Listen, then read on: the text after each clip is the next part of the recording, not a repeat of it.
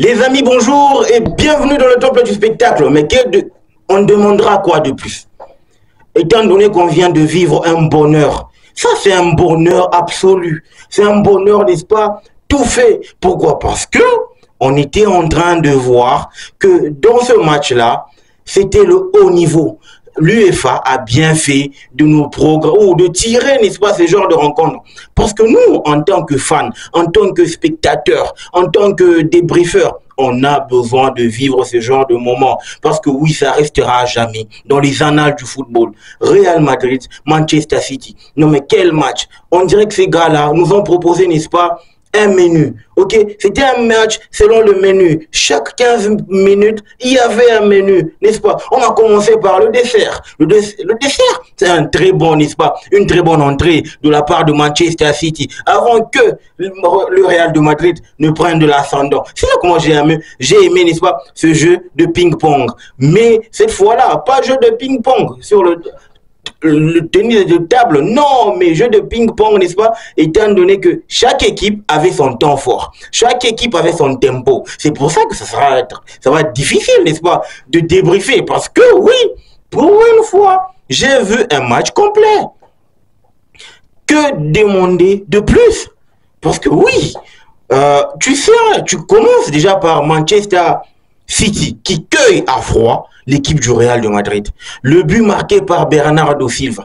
Quel flair, quel instinct, quel masterclass, quel vista, les gars. Ça, il faut être Bernardo Silva pour le voir. Le gars, il regarde l'angle. Il lit déjà, à partir du moment où il pose la balle pour pouvoir, n'est-ce pas, chercher ses coéquipiers, il avait déjà pris ces informations que Lunin n'était pas dans une très bonne posture.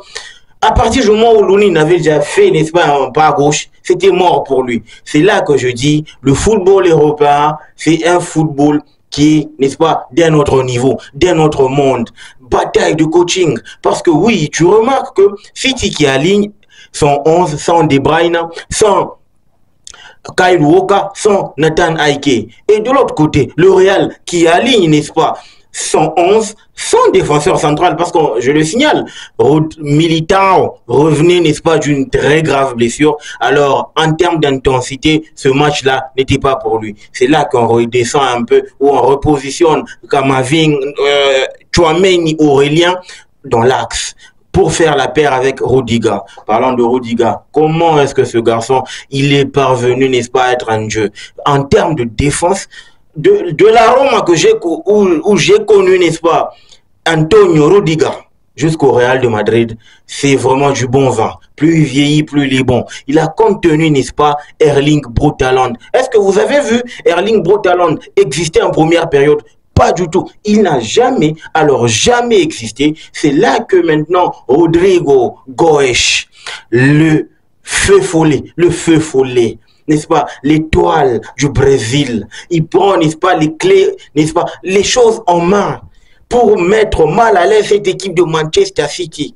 Non mais l'accélération, tout ce qu'il fait, le but qu'il marque, le but qu'il te marque, sérieux, ça c'est ultra. Bon, que demander de plus? Parce que j'ai vu, n'est-ce pas, une équipe du Real de Madrid donner une leçon de football en première période. Là, je me suis dit, waouh. Ces gens, ils trouvent toujours un moyen de pouvoir se sortir. Ces gens, ils trouvent toujours, n'est-ce pas, une situation pour pouvoir se sortir. Déjà, on sait très bien que le Real, c'est le Real à Bernabéu, c'est autre chose. Dans cette Ligue des Champions, le Real n'a pas d'amis. Ok? Le Real vient toujours pour tout casser. Et cette fois-là, Rodri qui marque ce but, un deuxième but pour le Real. Sérieux? Sérieusement, Rodri? Sérieux? Non mais sérieux, pété qu'on a Kiri Moya. Tu vois que la vista qu'il a, il fait bouger, n'est-ce pas, les défenseurs de Manchester City pour se sentir, n'est-ce pas, dans une très bonne posture. Il avait juste qu'à glisser la balle. Ortega n'a rien vu venir. Ortega n'a rien vu venir. Sérieusement, ça c'est un match référence. Ça c'est un match, n'est-ce pas, des grands, alors des grandes équipes. Parce que oui, il y a déjà des grands entraîneurs qui jouent, n'est-ce pas, mentalement, psychologiquement, tout est, n'est-ce pas, dans le package. L'autre pack, il revient, n'est-ce pas, en deuxième période.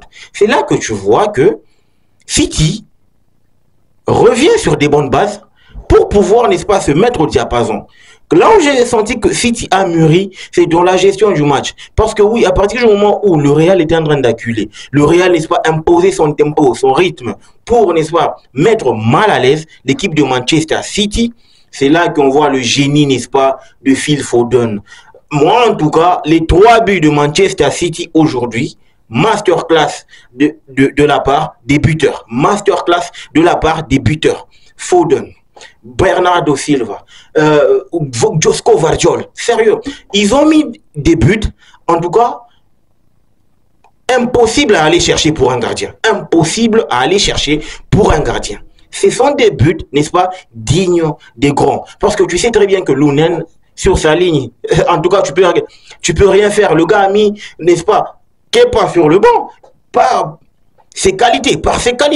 Donc, il fallait sérieusement aller chercher une autre façon de marquer des buts. City, aujourd'hui, a réussi, nous a montré la voie pour dire que non, voilà, on marque de cette façon-là. C'est parce que c'est là que je me suis dit que cette équipe-là, c'est vraiment une équipe championne en titre. Et elle va donner du fil à retordre à l'équipe du Real de Madrid. Les sorties de balles, l'utilisation de ballons. Donc, en gros, chacun avait son tempo, comme je l'ai dit.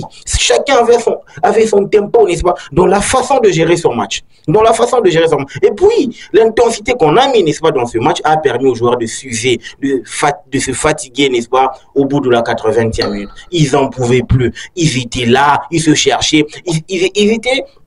Ils essayaient, n'est-ce pas, de puiser au fond d'eux-mêmes. C'est là que la beauté du football existe. Moi, croyant que le Real avait déjà été violé, avait déjà été plié, c'est là qu'un certain gars comme Fede Valverde, l'homme qui marque toujours des buts difficiles, des buts, n'est-ce pas, au moment inopportun, et il est là, il surgit de nulle part, boum, il plante ce golazo là. Ah, les Sud-Américains, sérieux, ils sont forts. Hein. Ils sont forts. Moi, en tout cas, la rencontre, les stats sont là, les gars. Les stats sont là. Et ça fait très mal. Parce que oui, on a shoot 6-5. 5-6 pour, 6 pour Manchester City, 5 pour le Real. Donc, ça veut dire que, côté shoot, on a été servi. Shoot on target, shoot off target, ou tir non cadré, 2-6. Donc, en gros, la possession, on ne peut pas rivaliser avec Manchester City en termes de possession. Mais les stats sont là. Vous voyez, les stats sont là, les gars. Les stats sont là. Tout est là. Donc, tu regardes que cette rencontre a été beaucoup plus animée, n'est-ce pas, de deux côtés, de part et d'autre. C'est pour ça que je dis, là où je loue le génie de Carlo Ancelotti, il est en train de faire tout ça sans un véritable buteur, sans un véritable numéro 9. Et là, il laisse les clés à Jude Bellingham. Ce joueur, il n'arrêtera jamais de m'impressionner. J'étais en train de discuter avec un pote tout à l'heure avant le match. Je me suis dit, c'est vrai, Jude Bellingham, pour moi, il doit me convaincre pour être vraiment la superstar. Mais en termes de balles, question d'éliminer, il est vraiment au-dessus de Kevin De Bruyne. Aujourd'hui, on a vu, il élimine facilement et il est toujours présent dans la surface. Il est présent dans le jeu. Il pèse tellement fort que Ancelotti n'a pas vraiment besoin d'un neuf. Même si c'est une vraiment évidence que le Real doit se chercher un vrai buteur, on prie à ce que Kylian Mbappé vienne pour que ça puisse, n'est-ce pas, colmater les brèches. Mais aujourd'hui, on remarque que le Real n'a aucun handicap. On dirait une équipe complète. Mais c'est là que je loue le génie de Carlo Ancelotti. Tu joues sans deux défenseurs centraux. Tu joues qu'avec Rudiger. Mais tu réalises ce genre de match-là. C'est vrai, l'intensité est là et la technique y a. Il est impossible de faire, n'est-ce pas, dans ce match, de réaliser des clean sheets. Pourquoi? Parce que dans des grands matchs, deux fois on se lâche pour, n'est-ce pas, faire, n'est-ce pas, produire, n'est-ce pas, du spectacle, pour produire, n'est-ce pas, quelque chose de concret, de bon. C'est pour ça qu'on aime ces genres de soirées. L'UEFA a bien fait de nous tirer Real Madrid, Barça, au Real Madrid, Manchester City. Malheureusement pour moi, je dirais que ça aurait pu être un match de demi ou de finale. Par exemple, pour ne pas rester sur notre soif. Parce que là, je me dis, à part ce Real City qui, demain, ça va redescendre encore d'un cran. Parce que les attentes ne seront pas les mêmes. on aura une équipe, n'est-ce pas, des équipes qui jouent tic-tac. Bref, c'est pas ça à l'ordre du jour. Mais c'est quoi, n'est-ce pas, les prochains objectifs? Ou c'est quoi la prochaine étape? La prochaine étape, c'est qu'il y a un match retour. J'ose croire que Ancelotti et Pep Guardiola vont, n'est-ce pas, nous réserver ces genres de performances, vont nous réserver, n'est-ce pas, ces genres, n'est-ce pas, de production. Pourquoi? Parce qu'on veut avoir du jeu, on veut voir, n'est-ce pas, le spectacle, et le Real ainsi que Manchester City nous ont vraiment, ou encore le Real et le Manchester City nous ont servi, n'est-ce pas, nous ont bien servi le plat, parce que oui, en termes de menu, on a été servi du dessert jusqu'au souper, et tout s'est bien passé, tout s'est bien déroulé pour que nous vivions, n'est-ce pas, la plus belle des soirées. Chapeau aux artistes. Rodrigo Goes, ce petit c'est un démon. Chaque fois qu'il est là, il fait mal. Vini, je l'ai senti un tout petit peu mou aujourd'hui, mais malheureusement, il se sauve grâce à ces deux buts, n'est-ce pas, deux passes décisives, voilà, deux passes décisives dans ce match, ce qui a permis à ce que l'équipe, n'est-ce pas, du Real de Madrid puisse, n'est-ce pas, bien s'en sortir. Bien s'en sortir. Guardiola est resté fidèle à lui-même. Il n'a pas su, n'est-ce pas, faire des changements. Parce que oui, je l'ai senti un tout petit peu peureux, étant donné qu'il ne voulait pas déséquilibrer, n'est-ce pas, la colonne vertébrale de la rencontre. Parce que l'intensité qu'il y avait dans ce match-là, à moindre faux pas dans le changement, tu bousilles tout et tu te fais taper. Mais on va souligner un point. L'an passé, le Real City est allé tenir, n'est-ce pas, le Real de Madrid à Bernabeu en échec. Et on a vu que le Real avait des difficultés, n'est-ce pas, à aller se produire, n'est-ce pas, à l'Etihad Stadium. J'ose croire que ça va se reproduire parce que moi, je suis un Anglais, hein, je suis un anglophone, j'aime bien les Anglais. J'ose croire seulement que le Real va sortir, n'est-ce pas, pour permettre à Manchester City d'aller s'arrêter, ne fût-ce que en demi-finale, parce que oui, il y a aussi l'honneur des Blues, on a deux. On veut pas que les petits nouveaux puissent nous faire, n'est-ce pas, du chantage pendant qu'ils viennent enfin de goûter, n'est-ce pas, aux joutes européennes. Donc, les gars, dites-moi ce que vous en pensez en commentaire. Ce match, pour moi, c'est top 10 sur 10. Vous, dites-moi ce que vous en pensez en commentaire. S'il vous plaît, ne restez pas en mot sur cette chaîne. Vous m'aidez à grandir, vous m'aidez, n'est-ce pas, à avoir, n'est-ce pas, de la notoriété. Alors, grâce à vous, regardez, suivez mes vidéos, discutons, n'est-ce pas, dans les commentaires et ça va me faire énormément plaisir. Le football mérite d'être vécu. Ciao.